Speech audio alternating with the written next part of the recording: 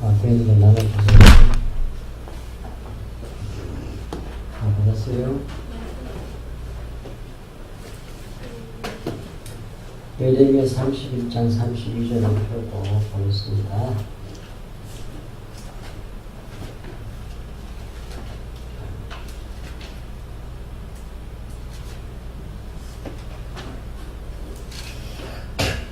(32절부터) (40절까지)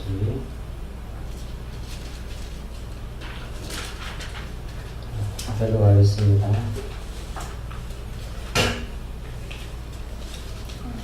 이 언약은 내가 그들의 조상들의 손을 잡고 애굽 땅에서 인도하여 내던 날에 맺은 것과 같이 아니할 것은 내가 그들의 남편이 되었어도 그들이 내 언약을 깨뜨렸음이라. 여호와의 말씀이니라. 그러나 그날 후에 내가 이스라엘 지중에 세울 언약을 이루리라니 곧 내가 나의 벌을 그들에게 주겠으며 그들의 마음이 기억하여 나는 그들의 하나님이 되고 그들은 내 백성이 될 것이라. 여호와의 말씀이니라.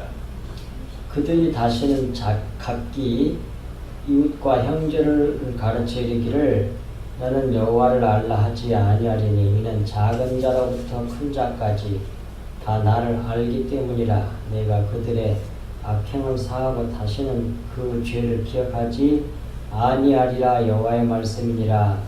여호와께서 이어졌으니까 그들을 낮에 주셨고 달과 별들을 밤에도 주셨고 바다를 격동시켜 포도도 피우시게 그의 이름만 여호와니라. 이 법도가 내 앞에서 폐할진대 이스라엘 자손도 내 앞에서 끊어져 영원히 나라가 되지 못하리라. 여호와의 말씀이니라. 여호와께서 이어가시면서 위에 있는 하나를 투명할 수 없으리라. 아래랑 땅의 기초를 탐지할 수 있다면 내가 이스라엘 자손에 행한 모든 일을 아들은 그를 살아버리리라. 여호와의 말씀이라. 보라 날이 이르니 이 성은 하나님의 망대로부터 모퉁이 문에 이르기까지 여호와를 위하여 건축될 것이라. 여호와의 말씀이니라. 청량줄이 곱게 가고산에 이르고 고와 광야로 시체와 재의 모든 골짜기와 기드론 시내에 이르는 모든 고지와 동쪽 위문 마문 모퉁이에 이르기까지 여호와의 거룩한 곳이니라. 영원히 다시는 뽑히거나 정복되지 못할 것이니라. 아멘. 자료를 보시면서 따라오세요. 32절부터 그 나온 자료대로 따라가겠습니다. 출애굽 때 맺은 언약은 밖에 있는 언약, 율법 언약이어서 언약을 깨뜨릴 수밖에 없었다는 겁니다. 곧 왜 그러냐면 왜 깨뜨릴 수밖에 없냐면 육체는 결코 율법 언약을 지킬 수가 없기 때문에 그래요. 육신은. 그래서 당장 깨지잖아요. 40일을 채우기도 전에 금송아지를 만들어 가지고 하나님이 하신 그 언약 약속 10가지 약속 10계명 그 말씀을 다 들었거든요. 이스라엘 사람들이 다 들었거든요. 그리고 이제 그 돌판에다가 새겨가지고 이제 가지고 내려오기도 전에 그 율법을, 그 언약을 이스라엘 사람들이 깨뜨려 버리잖아요. 따라서 이건 뭘 말하는 겁니까? 사람은 육체는 결코 율법, 언약을 지킬 수가 없다는 거예요. 그것을 증명해 주는 겁니다. 증거해 주는 거죠.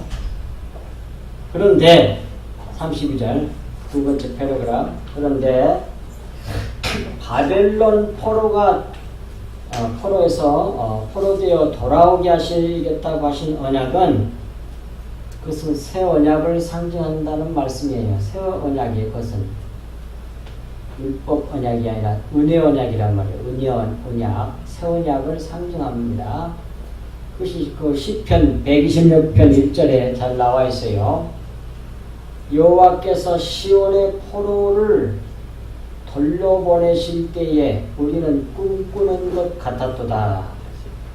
그래서 바벨론 포로에서 이스라엘에 돌아와서 예루살렘 성전을 건축하고 예루살렘 성을 건축하는 그 모든 일을 하게 되는데 돌아올 때 어떻게 꿈꾸는 것 같았다. 아무 힘이 안 들어. 출애굽할 때는 막 잡아 죽이려고 그냥 난리를 하고 쫓아오고 그렇게 해서 그랬는데 예, 새 언약은 돌아올 때 자기들이 힘이 하나도 안 들어요. 이방 왕들이 다 해줘. 다 필요한 거 다 공급해 달라고. 그건 바로 하나님의 배후에서 역사하셨기 때문이죠. 그것이 새 언약이에요. 새 언약. 그러니까 이스라엘 사람들이 바벨론 포로에서 돌아오는 것처럼 새 언약은 우리의 힘으로 능력으로 예수가지고 이루어지는 게 아니라 하나님의 은혜를 베풀어 된다는 얘기예요. 예수 그리스도께서 하나님 자신께서 우리의 죄를 짐지시고 죽으시고 부활하셔서 구원해 주시고 완전히 은혜를 주시고 그걸 믿기만 하면 되는 거예요. 그 삶은 그건 결과고 구원 받았기 때문에 그렇게 사는 거고 꿈꾸는 것 같은 거죠. 그것이 새 언약을 얘기하는 겁니다. 은혜 언약. 그 다음에 33절. 그러나 새 언약은 옛 언약하고 다른 점이 뭐냐면 새 언약은 하나님의 법을 그들의 속에 두며 마음에 기록하여 마음이 되게 하는 것이라는 겁니다. 다시 말해서 새 마음을 주시겠다고 했잖아요. 그것이 새 언약이에요. 그러니까 율법의 언약은 옛 언약은 율법을 문자로 보고 듣고 알아서 지켜내는 건 절대로 마음이 안 돼. 마음에 새겨지질 않아요. 금방 잊어버려. 마치 사람이 거울을 보고 돌아서면 금방 잊어버린 것처럼 야고보서 성경에 나오잖아요. 6장에. 근데 자유하게 하는 율법은 복음이죠. 은혜의 복음. 새 언약은 그렇지 않다고 하잖아요. 그게 왜 그러냐면 옛 언약은 율법, 문자, 내 밖에 있는 글자, 대본이라고 해요. 대본. 그래갖고 문자를 그대로 행동을 옮겨내. 그렇게 사는 건 그건 연구 가는 거예요. 연구. 외식하는 거예요. 이게. 마음에 안 되고 그렇게 하는 것이기 때문에 그걸 외식이라고 해요. 그런데 새 언약은 분명히 말씀하세요. 그런데 왜 마음이 되냐면 성령, 영. 영으로 이루어진 약속이기 때문에 마음이 되는 거예요. 진리의 말씀을 듣고 그 진리의 말씀이 영이거든. 내 말이 영이요 생명이니라 그랬거든요. 그 진리의 말씀을 깨달아 알면 알게 하는 것도 성령께서 하신 것이지만 그 믿어지면 마음에서 그것이 내 마음이 돼. 확실하게 나온다니까 성경에. 그걸 갖다 새 마음이라고 그래. 새라는 것이 뭐예요? 영이라는 말이죠. 영적인 것은 새 것이라고 그러고 영적이 아닌 것은 옛 것이라고 그래요. 그건 어디 나와요? 로마서 7장 6절에 의문에 묵은 것으로 섬기지 말고 의문 문자 율법 영의 새로운 것이 나와 이렇게 성경에. 그래서 새 마음은 영으로 된 마음이요. 진리의 말씀을 듣고 깨달아서 믿으면 내 마음에 새겨져. 그걸 새 마음이라고 해요. 그걸 확실하게 증거해주는 증거 말씀들이 거기 많이 해놨잖아요. 에스겔 36장 26절, 히브리서 8장 8절 13절, 그 외에도 이렇게 뒤에 있는 말씀들, 그거 말고도 또 오늘 본문에 예레미야 여기도 나오잖아요. 이렇게. 이 33절에 마음에 기록하여라고 딱 나오잖아요. 이렇게. 그걸 새 마음이라고 해요. 마음에 기록되는 건 영의 말씀만 마음에 기록되는 거예요. 진리의 말씀을 듣고 깨달아 믿을 때 그건 영이니까 진리의 말씀이 그것이 마음이 되는 거예요. 그걸 갖다 새 마음이라고 해요. 영으로 된 마음이니까 새 마음. 그 새 마음은 다른 말로는 그리스도의 마음이라고 해요. 그리스도의 마음을 가졌으므로 하나님의 생명을 가졌기 때문에 알라고 할 필요가 없다는 겁니다. 하나님의 마음, 그리스도의 마음을 가졌기 때문에. 이렇게 되면 그게 딱 누가 이렇게 믿어 그렇게 되면 그걸 용서라고 해요. 그걸 용서라고 가르쳐 주는 말씀이에요. 성경이. 자, 오늘 내 백성이 된다고 말씀하셨잖아요. 여기서도. 그리고 34절에 그 죄를 기억지 아니한다고 나오잖아요. 그렇게 되는 게 용서야 그러니까. 34절 여기서 중요한 것은 여호와를 아는 것이 용서라고 말한다 그 말이에요. 그리고 오늘 34절 마지막 하반절 끝들이 나오잖아요. 그래서 알게 되면 작은 자로부터 큰 자까지 다 나를 알기 때문이라. 그거 아는 것이 뭐예요? 그게 그렇게 되는 것이 그 용서라니까요. 내가 그들의 악행을 사하고 다시는 죄를 기억하지 아니하리라. 용서 여호와의 말씀이라. 35절 합니다. 35절 요 정도는 여러분들이 보일 거라고요. 얘기 들으면 그래서 감춰져 있는 게 보일 거라고 오늘 얘기하면 제가 35절에 해, 달, 별, 바다, 파도로 진리를 말하고 계신다는 내용이거든요. 일단 35절 제가 읽겠습니다. 여호와께서 이와 같이 말씀하셨느니라. 그는 해를 낮의 빛으로 주셨고 달과 별들을 밤의 빛으로 정하였고 바다를 뒤흔들어 그 파도로 소리치게 하나니 그의 이름은 만군의 여호와이니라 그러잖아요. 일단 35절에서 해, 달, 별, 바다, 파도가 나와요. 근데 하나님께서는 해는 낮을, 달과 별은 밤을 위한 빛이에요. 근데 해, 달, 별로 말미암아 바다 세상이죠. 이게 정말 그래 안 그래요? 밀물 썸물이 이러면서 파도가 치게 하는 건 뭐가 해요? 해, 달, 별이 하는 거예요. 인력, 졸력, 마력, 인력 그것 때문에 그렇게 된 거잖아요. 그 속에다가 진리를 넣는 거라고요. 그러면서 파도 치면서 소리가 나잖아. 철썩 이렇게. 그게 뭘 말하냐면 이제 여기 나왔잖아요. 예. 그런데 해, 달, 별, 바다, 파도로 하나님이 말하려고 하는 그 진리를 말하고 있는 거예요. 지금 주님께서. 겉과 속 내용을 하나로 보게 되면 그게 용서란 말인데 이 겉의 것이 바다를 소리치고 그러잖아요. 근데 그게 무슨 내용인지를 진리를 알아가지고 그게 그걸 말했구나 알면 그게 용서란 말이에요. 비교는 예를 드는 거예요. 지금. 해는 신랑 그리스도를 상징하죠. 성경 수없이 많은 성경 말씀이 있지만 하나만 더 해놨습니다. 달은 신부 교회요. 별은 주의 종을 말하는 거예요. 말씀을 전했던 자. 계시록 1장 20절에 나오잖아요. 그런데 그러니까 겉으로는 외적으로는 정말로 저기 큰 햇쨍쨍하는 거 해 있고 그 달 있고 별 있고 바다 파도 바다가 이렇게 해달별이 바다가 파도치게 이렇게 밀물 썰물 되고 소리치게 하고 그렇게 하잖아요.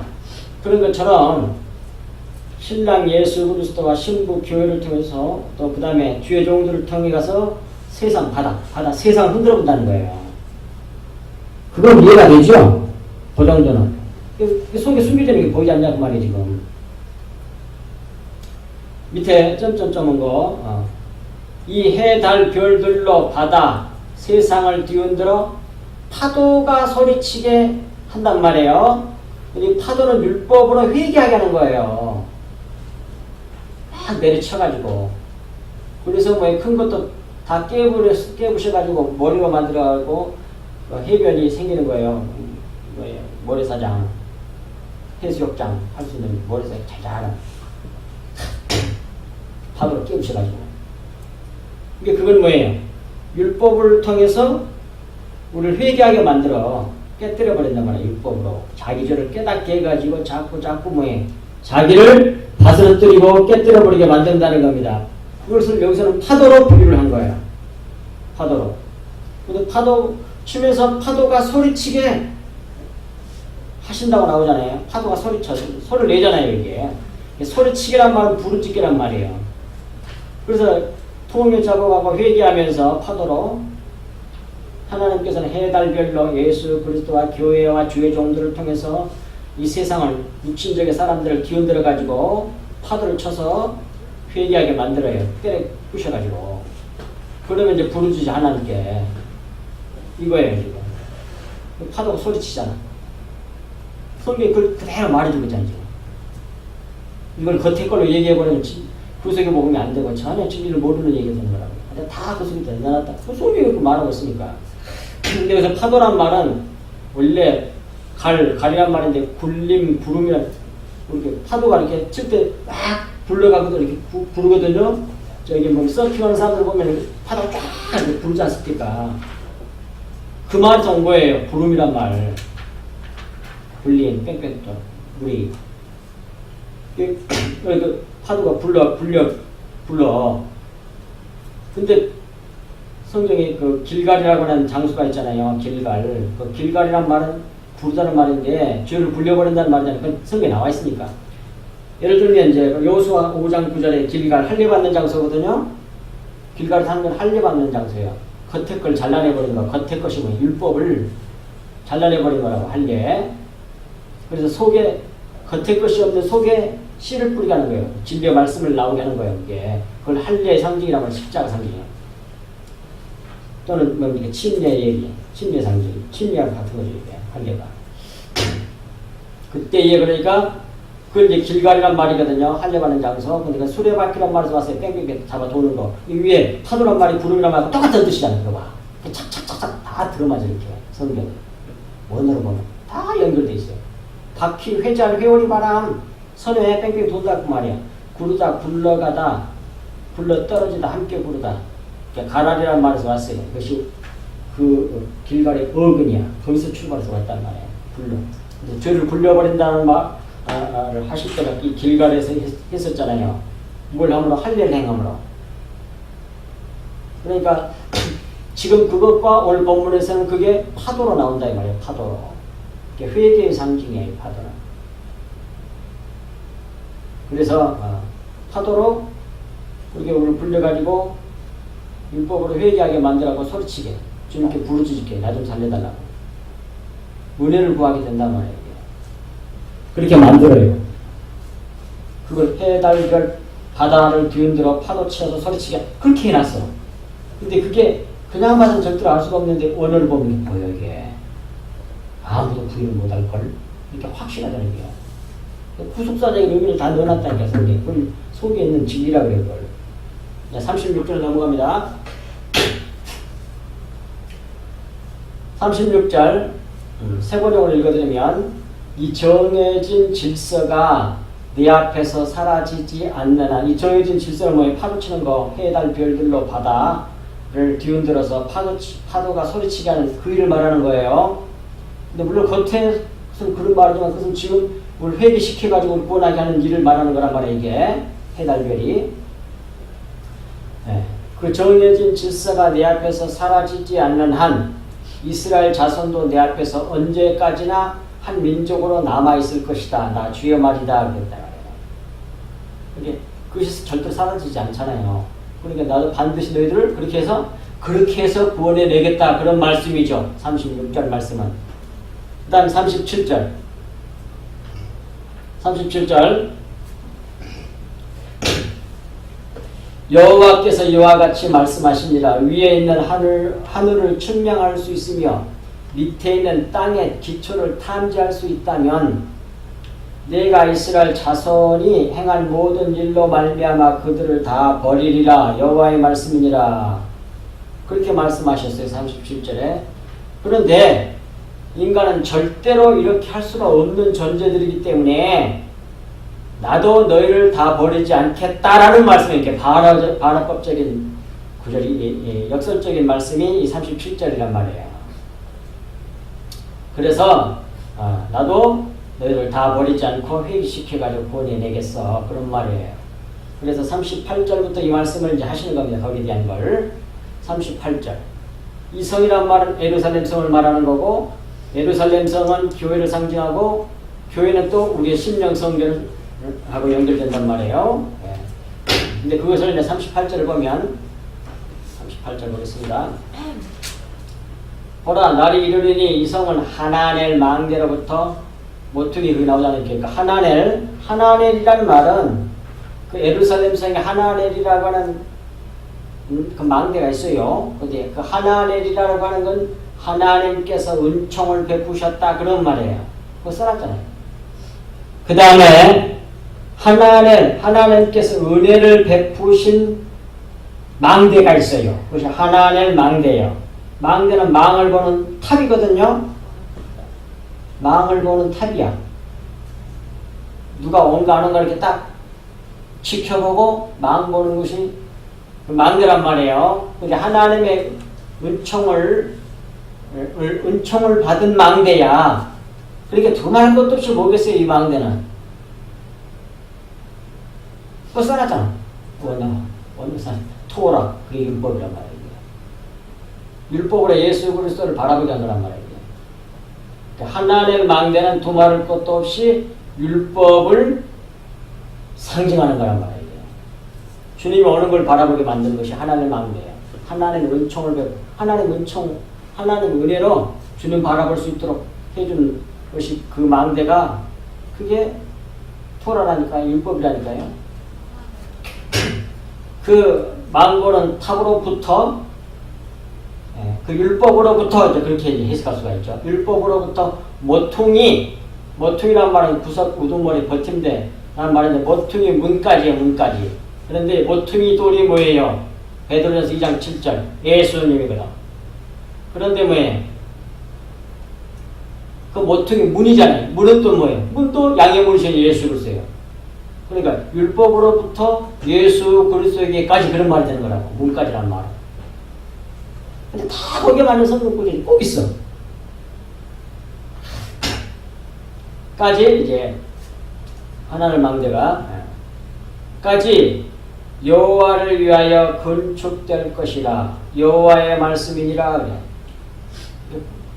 겉으로는 뭐예요? 돌아와서 정말로 이제 예루살렘 성터를 싹 건축한다는 말이겠죠. 어디까지? 모퉁이 문까지. 근데 그 속에 구속사적인 의미는 뭐냐면 율법으로부터서 예수 그리스도에게까지 온전히 이루어질 수 있는 이제 그러한 그것이 이제 우리 심령 성전이잖아요. 교회잖아요. 교회 상경이잖아요. 성전이 예루살렘 성전이 우리 심령 성전이 예수 그리스도로 세워지도록 내가 하겠다. 여호와의 말씀이라 내가 반드시 해. 그런 말이에요. 지금 39절입니다. 두 절만 하면 끝나는 거예요. 두 절만 15분밖에 안 되거든요. 자, 두 절만 하면 끝나요. 39절 39절 보세요. 자료.